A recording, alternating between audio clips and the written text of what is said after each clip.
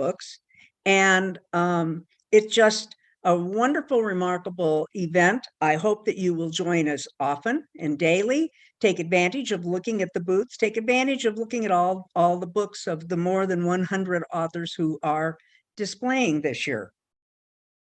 So enjoy the Festival of Storytellers.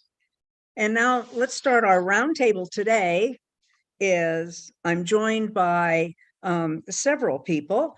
Most notably Linda Daniele, who I had the honor of moderating, her Author of the Hour at the Festival of Storytellers when it first kicked off. And so Linda, you and I are going to get to talk about, and everybody else that has joined us, is going to talk about how you create remarkable characters when you write a children's book. Now, your children's book is based on your husband's relationship with your neighbor's children, and he ended up being a grandfather figure to them. But as most people will note, when writing children's books, the challenge seems to be that the person writing is most often an adult. And if you want to have a best-selling children's book, you really do need to tap into that inner child of yours and create a heartwarming story.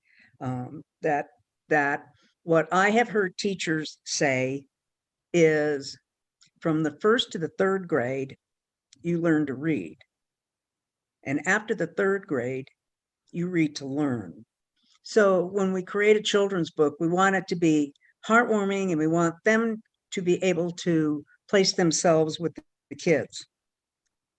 So Linda, when you created your book, it is often suggested that you create a questionnaire on every one of your characters, so that it would make the writing process easier. You give each individual character, a set of qualities. You give them a personality. Are they going to be the hero? Are they going to be the villain?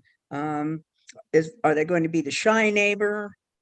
How are they going to react? And you don't need to complicate it, because the readers are kids. So make sure you have a file for every one of your characters. Did you have to do any of that, Linda, when you created your book? Are you creating a second book now? I do have a second one. I'm actually working on a third one too. And it's so good to see you, Ellie. It's so good to see everybody. I'm so happy to be here. Yeah, here is Grandpa Nick's bump. Right. And I did that one first. And then this one is Grandpa Nick the conductor. And both of them are true stories. The second one is basically it's exaggerated truth, but the first one is a true story. But what I had to do was to make sure that the flow was right. I had to make sure that like I made like a bubble chart, and I'd say, okay, Grandpa Nick is here, Emma is here, Sean is here, and I had to make sure that everything was going in the right direction, so I wouldn't forget who was talking, and and who I was trying to talk about as well.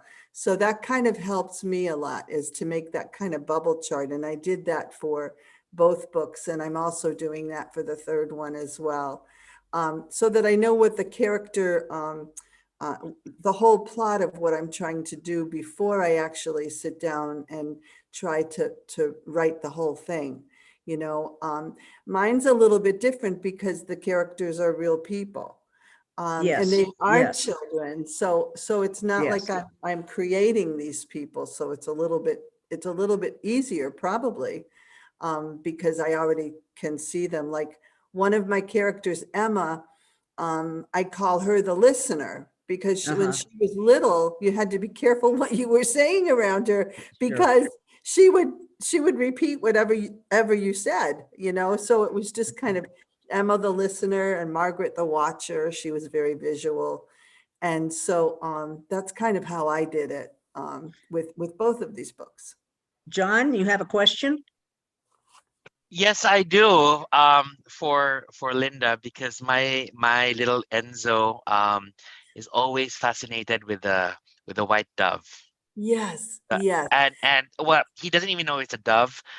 He's only 3 years old, and he just says, "Where's the white bird? Where's the white yes. bird?"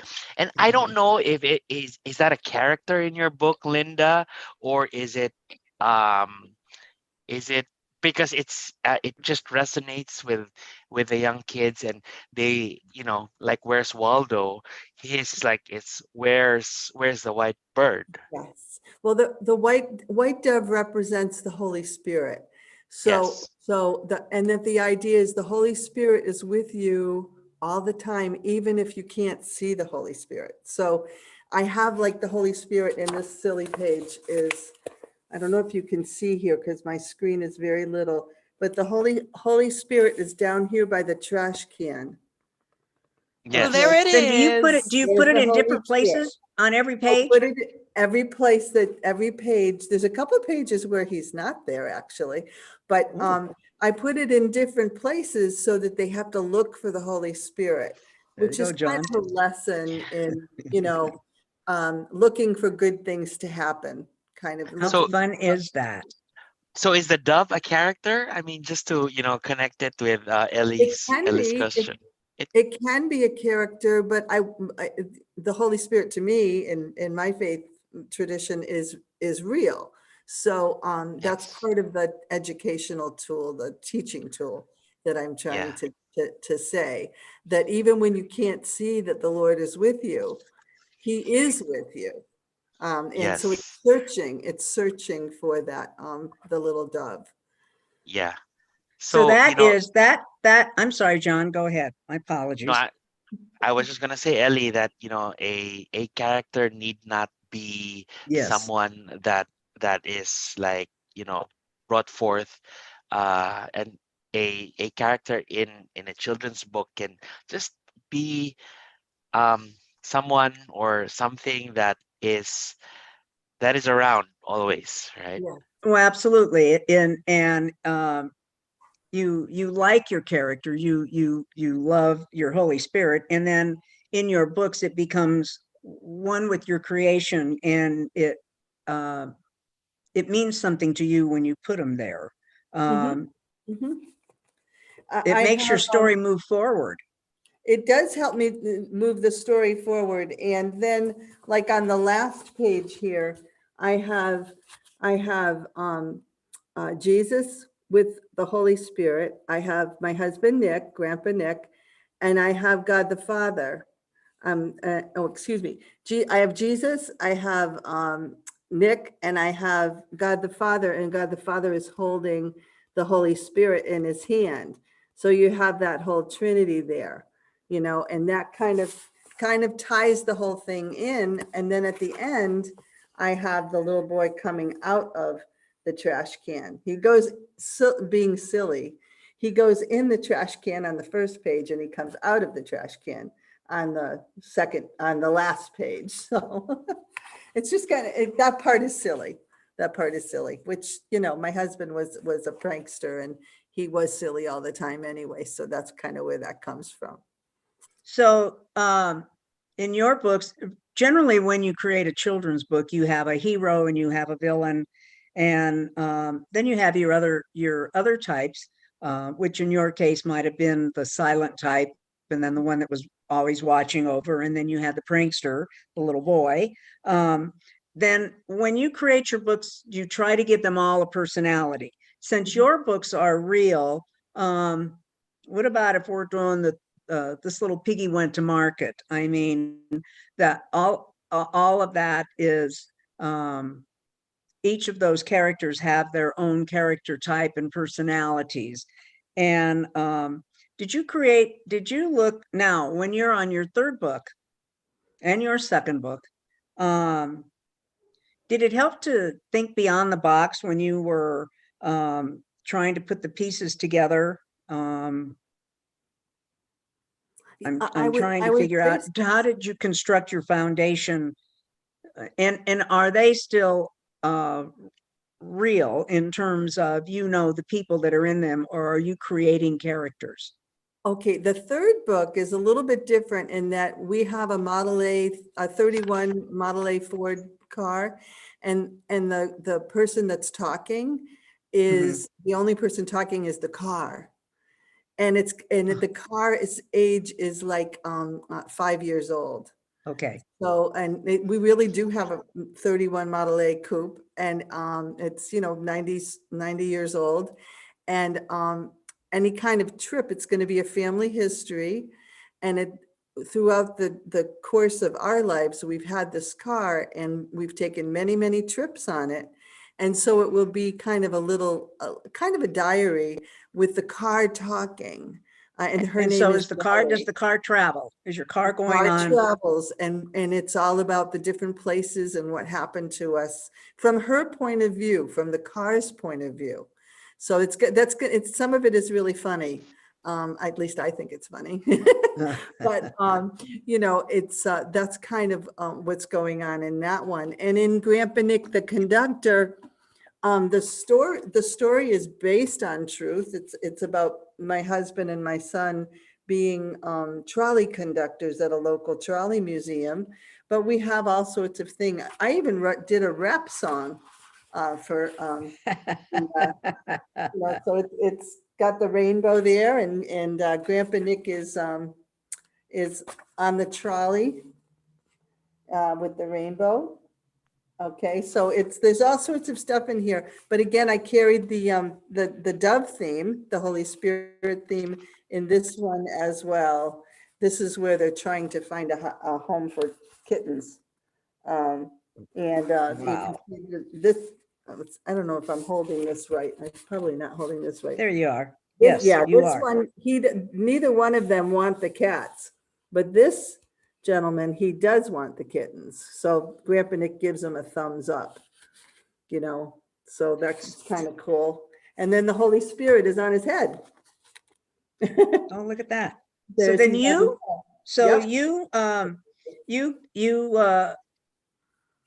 obviously knew your husband's personality and your son's personality, but then the other characters that you bring into the book, do you also give them a personality? Did you know them, or did you just kind of create them? So like with the car, obviously you gave the car the hero personality. Yes. And it's taking you wherever you want to go. Do you have other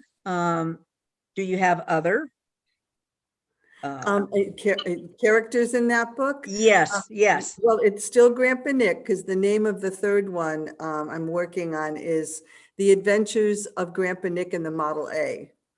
So it takes us, like, we went to New York City quite a few times, and what happens when she goes over the bridge. She's afraid to go over the bridge because she can see the water underneath, like the Brooklyn Bridge. Sure. And she's talking, oh no, don't look down, and we took the Model A up to Mount Washington, which is in the United States.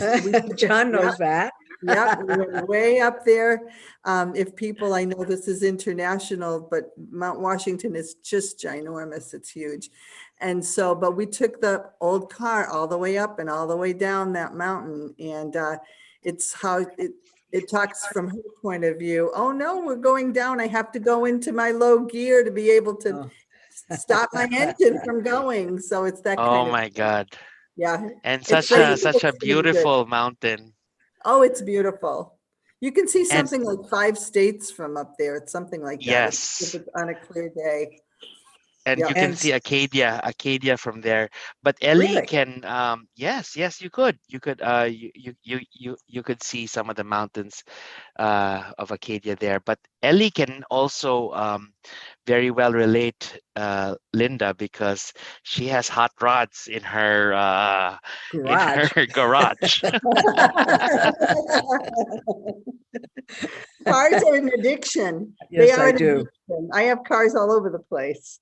But my brother is my brother builds street rods, but the car in my garage right now is a 57 Thunderbird. But he's had 32s and 34s. He had a 38. He's working on a 46 something or the other pickup Wow. right now. I don't know anything about him. I just know that that's what he likes to do. Yeah. So you give your characters a problem to solve. So the car has to figure out how to get up and down that mountain or across the bridge without falling into the water. Exactly, exactly.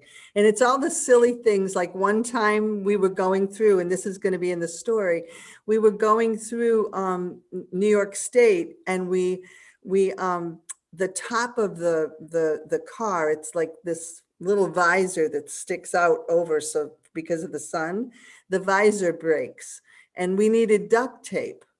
And we didn't have any duct tape in the in our toolbox.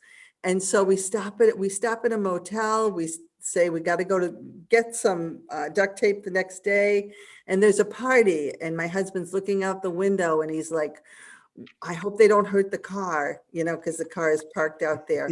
Then we get up and then we're cleaning up because there's a mess in the parking lot. We're cleaning up with the owners. And then all of a sudden we turn around and we look and there's an unopened roll of duct tape. How funny. Sitting by the trash can. And that's a Holy Spirit moment.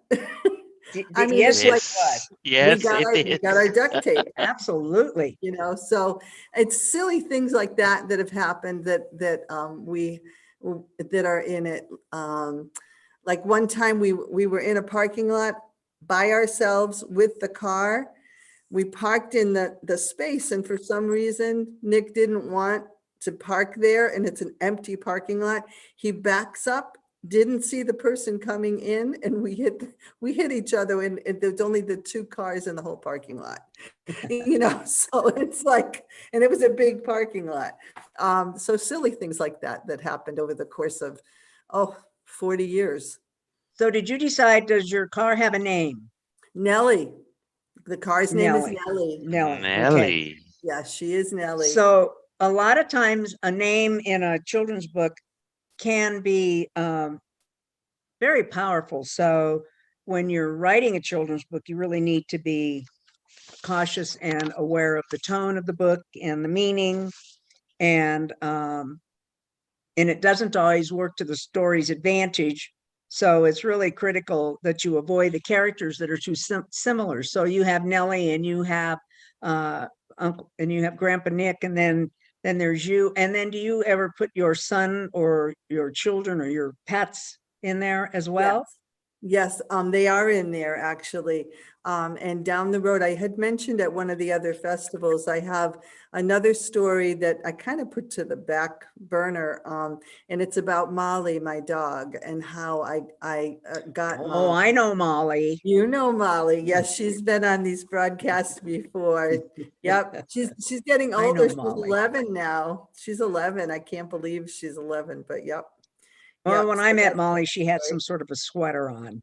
Yes, she did. Yes, she did. It's cold. I don't know if we don't have the weather that you have now.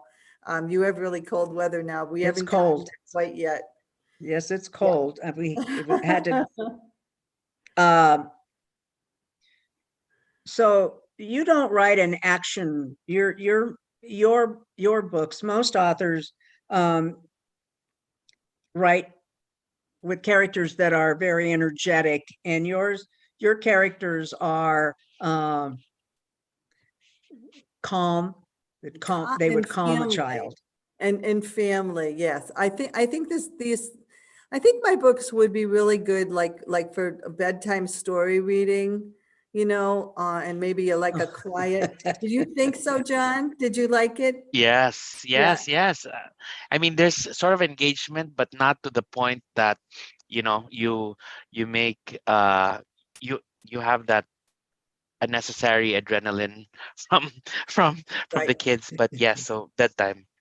I think that's kind of like, you know, and you can share family stories of your own. Like this happened in my family, but it might trigger a memory of what happened in the reader's family as well. That's true. That's true. And then you could chat about that. I would assume, now I've never written a children's book, but John touched on an interesting point, and that is when you're writing children's books, especially to children who will love the pictures and love to try to find the white bird.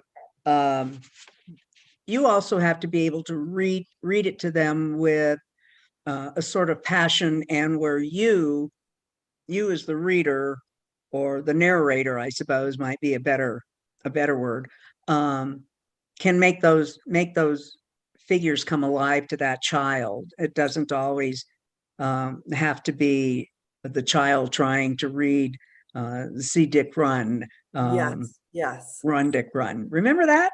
Oh, I do. But I do. I am that old. I do.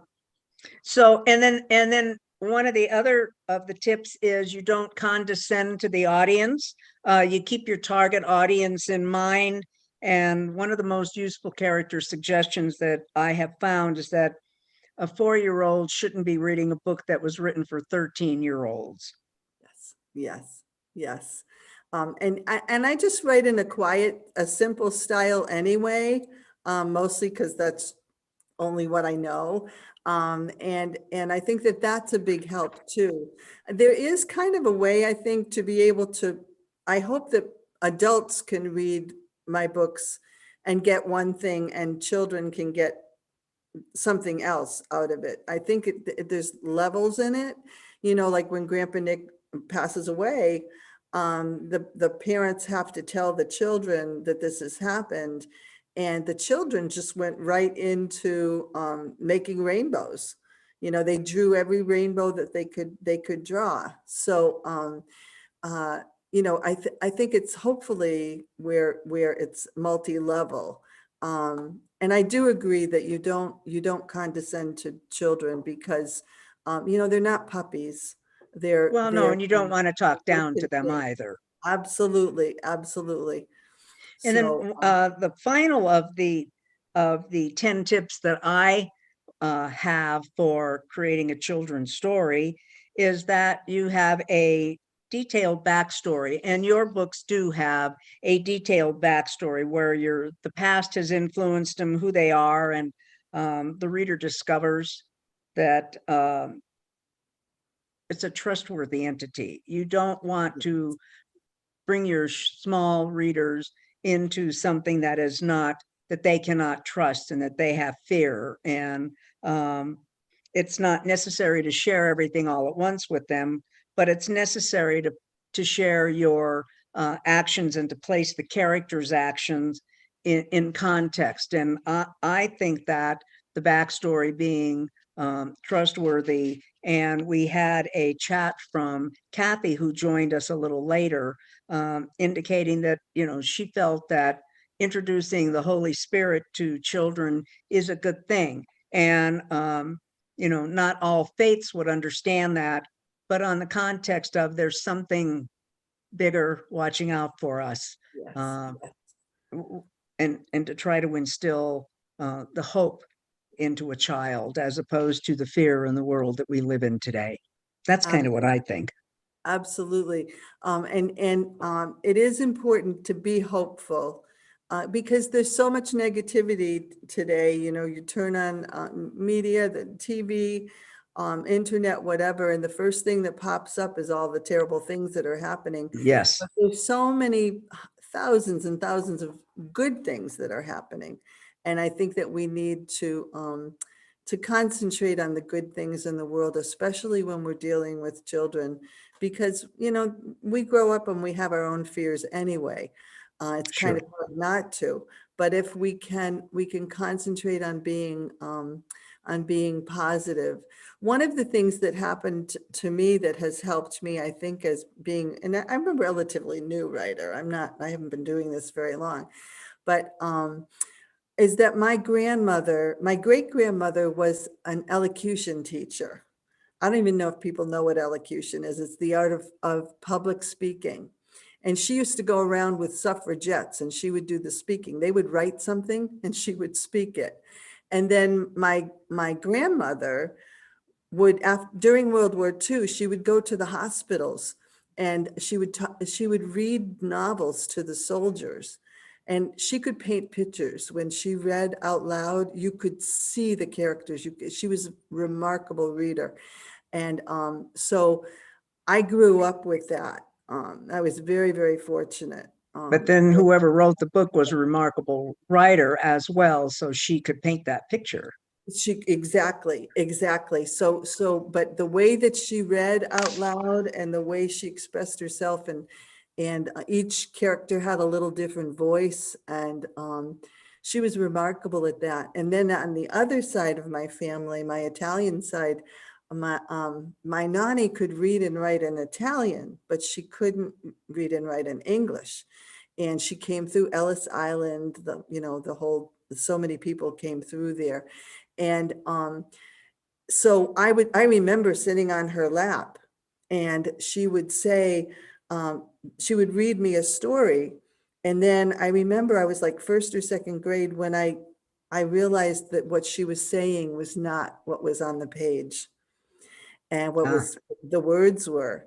And thank God I was able to, I knew enough not to say, Nani, that's not what it says. I never said that to her. So she just kept reading away to me or making up the story as she went along, because, so I had people that were very, very literate, and and my nanny who was literate in Italian, but not in English. And so I have that, it makes my words, I think, a little bit more simple, because does that make sense? I don't know if that makes sense or not. Yes, it does. It does. I am, I think creating characters in children's books is just a remarkable talent to have, because it can teach a child. You could be with the child. I like yourself, Linda, I haven't been writing very long at all. I mean, I've been writing, but I've only been in this for 3 or 4 years now. But I agree that it takes a certain talent, but you have to put a tremendous amount of forethought if you're going to write a children's book. And you have to realize who will be reading it to them, and what they're going to get out of it. I think that pretty much covers our topic. Do we have anything else? Would anybody else like to say something? I know we have other people with us, Kathy and Caitlin and John. Do you have anything else? Yeah, I mean, I just before the other asks their questions, were there any other characters that you did not include, or you were supposed to include and then took them out because for one reason or the other? Is that for me? Yes, that's for you. See, the difference is the characters in my stories are real people. So it's not like I'm creating them, I'm not, Right. So it's a little bit different in that, I know them, and the children now that are in my stories, now two of them are in college. And we met one of them, right? Yes. And hopefully during the course of the festival, I'll have all 4 of them with me when I do my little broadcasts. Amazing. I'm working on getting that schedule going. Yes.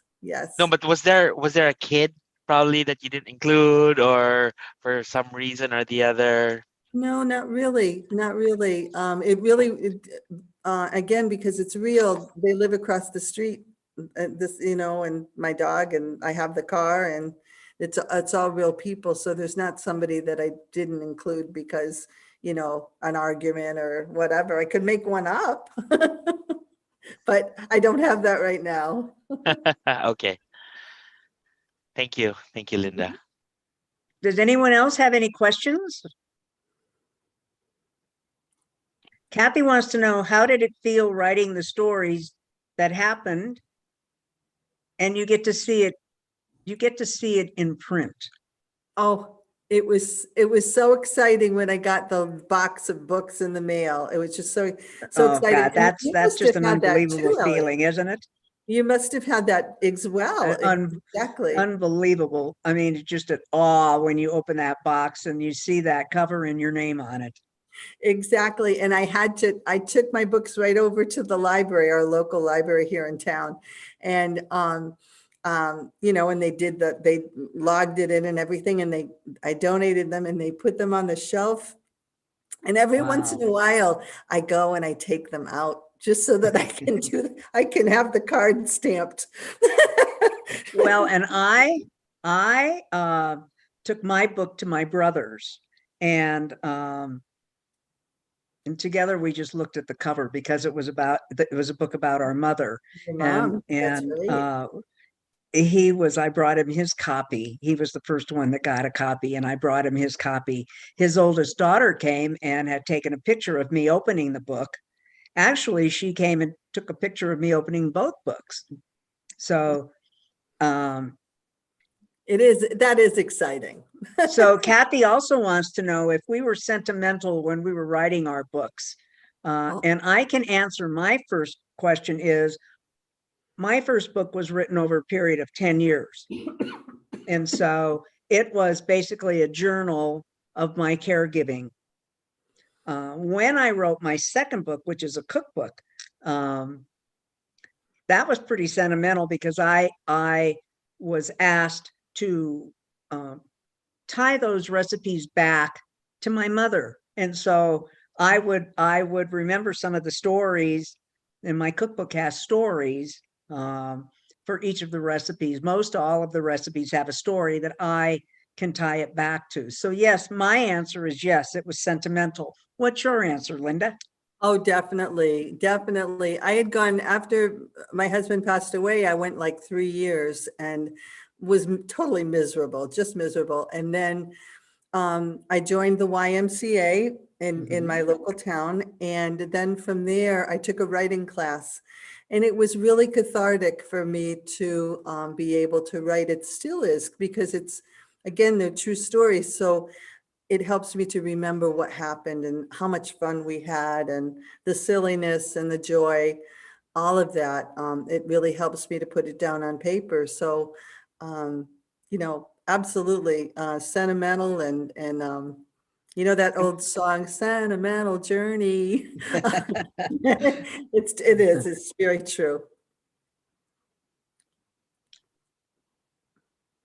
Thank you, Kathy. And I want to thank the Reader's Magnet staff and their management for creating and putting forward the Festival of Storytellers, which is the only virtual in-person book fair that is dedicated to us authors and allows us to promote and expose our books. And for that, we are very grateful.